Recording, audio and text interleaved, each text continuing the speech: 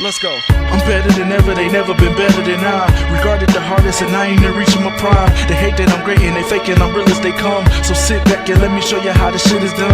My composition, my propositions, I'm raping the system. I'm killing the competition and all of y'all are my victims. Eyes and oohs as I'm ripping the instrumental, lyrical, individual, never been sentimental. I'm so hot every time that beat drop, and when I say I'm raping the system. What is good, boxing fans and gamers? It's your boy FightNightsFinest, the Sophie commentator, with another episode of Road to the Top 100.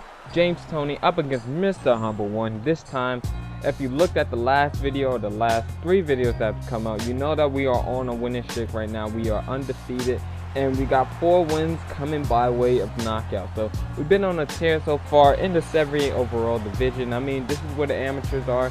I mean, you do find some people who are restarting their OWC characters. You also find people trying to hunt for their gym points. So there could possibly be some good competition at 78 overall.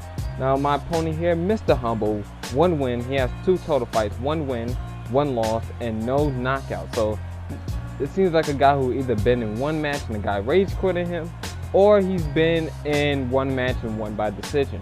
So that already tells me right there from looking at his record that he's not a big puncher. The thing, are we looking for the knockout? Are we looking to continue to win every fight by way of knockout? Absolutely not. We fought our game plan and we hope for the best. If it goes to the decision, that's fine. If the knockout comes, the knockout comes. So I start off this match trying to pressure him onto the inside, try to do it smartly, get off a nice jab right hook combination, and then I get counterpunch right downstairs to the body. So I know from that point on, right from that first counterpunch, he has the quicker hands as I get counterpunched by yet another jab. So the first thing I realized here is this guy has the quicker hands, and it won't be a good idea to try to pressure him on the inside. So we switched to more of a outside / boxing style of fighting, where we're going to move around, we're going to use our legs, we're going to use our jab, and we're going to step in and out in order to try to create some mid-range shots and opportunities for ourselves. Take a look to take advantage of this guy's hand speed and catch him on the back end. And when we mean the back end, we mean don't always be the first to lead off, but be the fighter that can hit him with 1 or 2 punches after he finished throwing. Now, of course, we always want to get a good lead off with our jabs, try to find some good points that we can land, and basically try to win the round based off of points. Now, the one mistake that I really made in this fight was the jab left hook combination. You're going to see me go for it quite a bit in this fight. I'm one of those fighters that like to set everything up off of my jab. Use the jab to set up either my right hand or, you know, continue to try to save my right hand until it's absolutely necessary. So as you can see here, we're having a good solid boxing match. It's not so much straight right hands coming out. It's a filling out round, and we are able to land tons of jabs on this guy. Now, I'm one of the fighters when I realize that something may not work, I'm not afraid to go ahead and say, let me try it out anyway, knowing that I might lose a round or knowing that a round may not go in my favor. So the main thing that we really want to do is fight onto the inside, since we are inside fighters. Where our adjustment so far is to fight and box on the outside, catch him on the back end with our shots after he lands or throws 1 or 2 punches. Maybe we can come back with a jab or a right hook of our own. So in terms of what kind of fighter style he is at the moment, I'm guessing he's probably an unorthodox style fighter where he has great hand speed and great reflex ability, but he doesn't have the power where he could possibly compete with us. So you're going to see us pick up the aggression a lot more this round, where we're going to come onto the inside and, you know, not back out as much as we get hit with yet another counter shot. This one was a left hook downstairs to the body. Create a counter opportunity of our own, hit him with a counter jab. That should have been another counter opportunity right there, but EA decides that they're not going to give us our counters whenever we earn it. So as you can see here, there's a clear difference. This is where the hand speed difference really shows itself, is on the inside. You see, whatever or regardless of what combination it is that I'm throwing, he's able to get off faster, he's able to punch faster, and at least for some uneven exchanges on the inside. Now, the main thing he's doing here is he's going downstairs to the body to set up his headshots, which is an excellent idea. There's not a lot of fighters on this game who understand that you might want to lead off at the body first before going towards the head. You just have a better chance of landing. Also, that body work will do wonders for you in terms of deteriorating your opponent's stamina. So we're in here in round number 2, and just look how bad it is that we're losing these exchanges. This made it clear to me in this round that we're not going to win this fight on the inside until later on into the fight. We're really going to have to work this guy's body, have to let him continue to miss shots, which also causes in his stamina. So we're really looking to play the stamina game here in this fight. And that was pretty much the game plan after the realizations and everything that we gone through in round number 1 and round number 2. So you see us played a lot more defensively here in round number 2. He's done a lot of good damage, and this is definitely going to be a round for him, as he was able to land a counter right hook upstairs moments ago. And you gotta ask yourself, when there's a guy with faster hands, how do you adjust to that? Not only can you work the stamina game, but you can really rely on your defense, because he knows he's faster, he knows he can get off quicker, and he's gonna want to take advantage of that speed. He's gonna want to be the guy to go out there and take control of the pace, take control of the ring. And what you could do is you could counterpunch well against this guy, which is something I really didn't do so effectively, even though we was able to land a counter overhand left hook right there. Now, the thing about this fight that was a difference in a change in pace between the 4 fights that we had previously is that I felt like this guy really had a true understanding for boxing. Maybe he hasn't been around the most time on the game, but he definitely understood what it takes to win and what kind of punches he should be looking for. You see him throwing a lot of jabs and straights, and then when he feels he's close to the inside, you see him hooking, you see him using uppercuts like you saw moments ago there. So in round number 3, we say, you know, let's take advantage of this guy's speed. He was able to land a counter punch there, followed by yet another counter straight upstairs. He gets a counter left uppercut of his own, and then we decide, let's trade with him on the inside. Excuse me. Now, one thing that we have to look at, god damn, my fault, y'all. Oh, I'm sorry about the coughing, but one thing that we got to look for here is counter shots. You know, counter punches, not only does it take control back of a fight and do you good on the scorecards, but it also can disrupt the guy's confidence. Disrupt him in terms of how he's going to be able to go out there and throw those shots. Will he have that same confidence to let his hands go if he's constantly getting counterpunched? But look at what it is that we're doing here.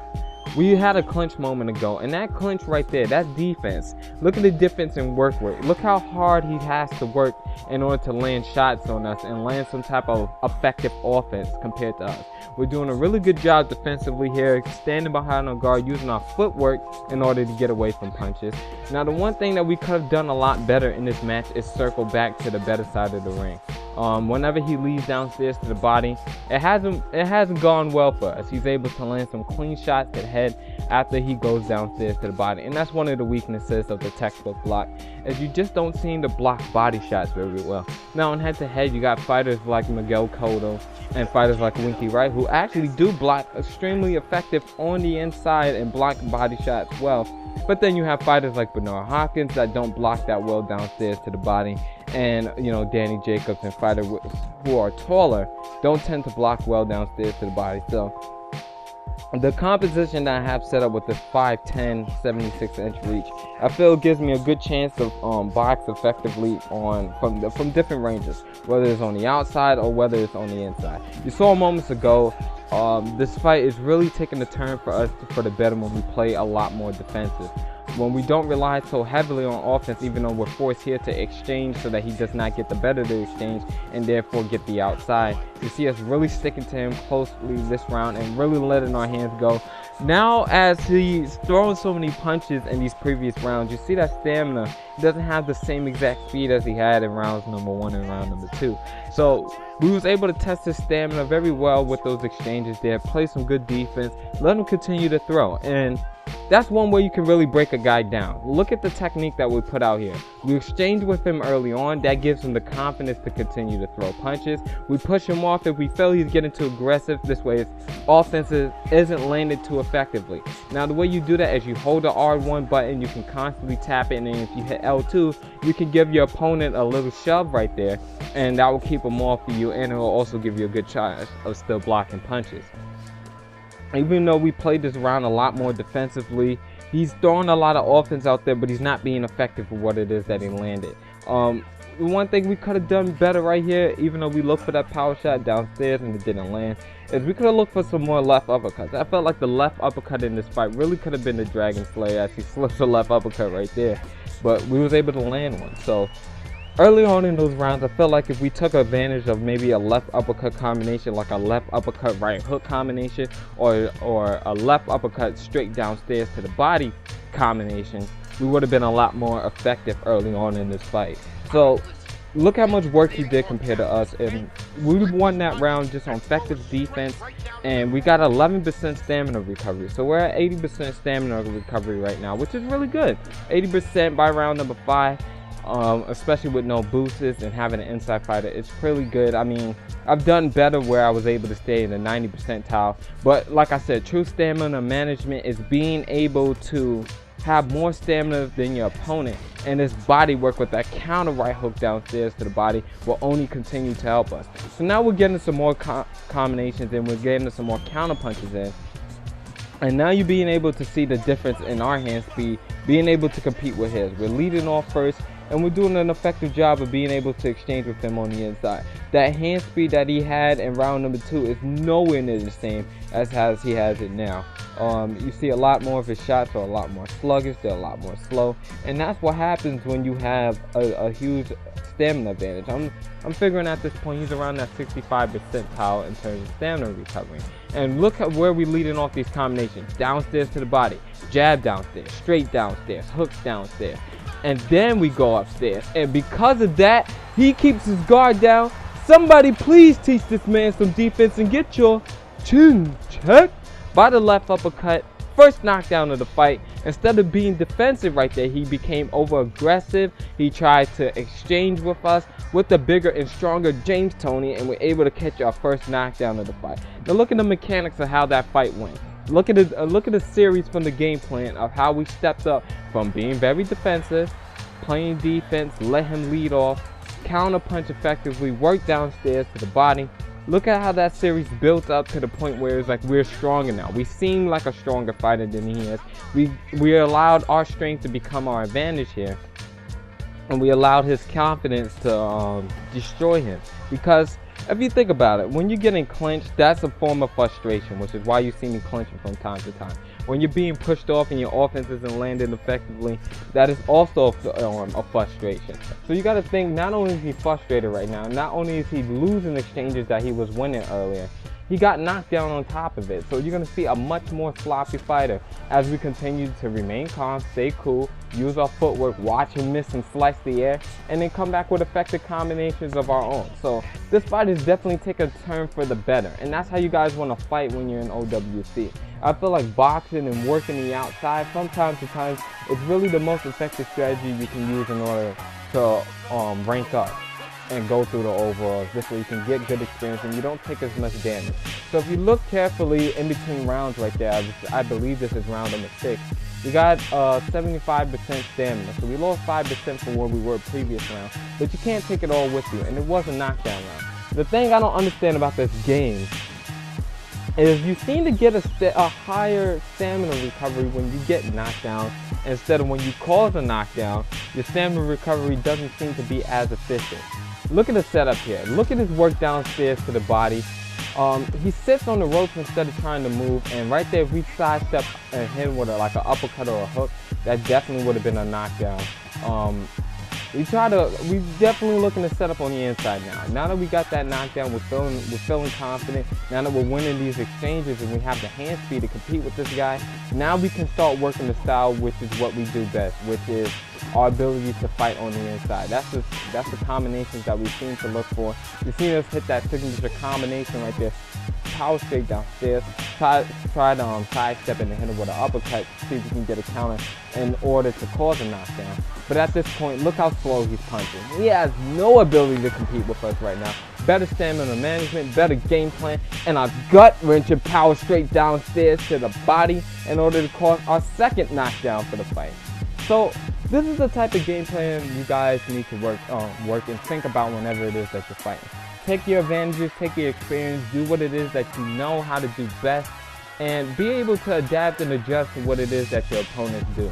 Always be one of the fighters to go ahead and take away an advantage. As an unorthodox, like I said, I believe he was an unorthodox fighter due to his hand speed and his reflex ability. He's not able to compete with us now because all those advantages were taken away, and he got his chin checked by the left rip, coming from the left hand side after a beautiful combination downstairs to the body. Catch a third knockdown of the fight. Now this guy is a warrior, this guy is a champion. He's obviously one of those fighters who are very competent in how to go about playing the game. And you see him able to get up from this knockdown right here actually. So he's showing that warrior spirit, he's showing the fact that he's not going to quit. And I believe at this point in the fight I decide, let's not get aggressive, let's just get behind the jab, let's continue to work how we did in round number 1, let's work the same advantage right here on the inside this time. Not on the outside, because there's no reason to fight on the outside. We're in control of this fight now. Now we can set the pace as to how we would like it. We got the advantage in hand speed. We definitely always had the advantage in power. We got the advantage on the defensive end, and now we have the defense. We have the stamina management advantage. So he has no tricks left in his bag. And at this point, if you're him and you're a fighter in his situation, what could you do when you're a fighter in my position to not be able to get knocked down? 1, stick behind your jab. 2, use your footwork and try to take the next few rounds in order to recover some stamina. If you do that, even though you're losing these rounds because you already basically lost the fight, you have a chance of at least catching a knockdown if you can catch a fighter being overzealous, still coming in and trying to be extremely aggressive, seeing him now throwing 5 floor punch combinations, plenty of power shots. If you just stick on the outside and you use your defense and just remain patient, you'll get back a good stamina recovery, and then you'll be able to possibly come back in maybe round number 9 or round number 10 and catch a knockdown or a knockout. And basically try to work whatever advantages you have. You gotta wait for him to make a mistake at that point. Notice we recognize that in this situation. So what do? We play defense, we remain patient, we box, we get behind that lightning jab of ours, we get behind that stiff left jab, work our angles, work our footwork, and look, he's still playing aggressive regardless of the fact that he's losing the fight and he doesn't have any stamina. So what do? We pot shot him, we pick our shots very carefully and very wisely. Like we went from a straight right hand to a jab, and then we took our time, wait for him to make a mistake, and then put 2 punches together with the left hook straight combination. So just look at the work right now. Look at the work rate and look at the lack of patience. Look at the frustration on his end. He has no clue on what to do. Don't do what this guy did here. Now he put us in a position where we have the opportunity to go to work now. You see us now letting those hands go. He has some effective defense, but now he has nowhere to escape because he's trapped up against the rope. We're going to wait for him to make a mistake right here. He doesn't come off. He tried to throw back. He's trying to exchange with us, which isn't a good idea. So we just continue to work the body, hit a signature combo, power straight downstairs, followed by the side step, right uppercut, hit him with the same thing, power straight downstairs, this time followed by another chin check with the left uppercut, and we drop him onto the canvas for the 4th and final time. This is a fighter who was systematically broken down, torn apart, and he had nothing left at that point. He fought an honorable fight, and I feel like most fighters who are 78 will struggle with a guy like this. So we hand him his 2nd loss. We pick up our 5th win. So we're on a 5-game winning streak by way of knockout. Each fight that we've been in has come by way of knockout. I hope you guys learned something and enjoyed this video. If you did, please like the video and also leave your thoughts in the comment section. I'm always interested to hear your thoughts. And as you can see in the bottom right hand corner of the screen, you got my watermark right there. Follow me on Twitter at FightNightsFinest. Please check out those guys in the description. They're great people to work with, and they have great content as well. And if you guys enjoy my content, and I'm not always putting out content all the time, those are great people to go ahead and watch when you're not watching me. So it's been your boy FightNightsFinest, the Sofa commentator, with another episode of Road to the Top 100, and I'm off this.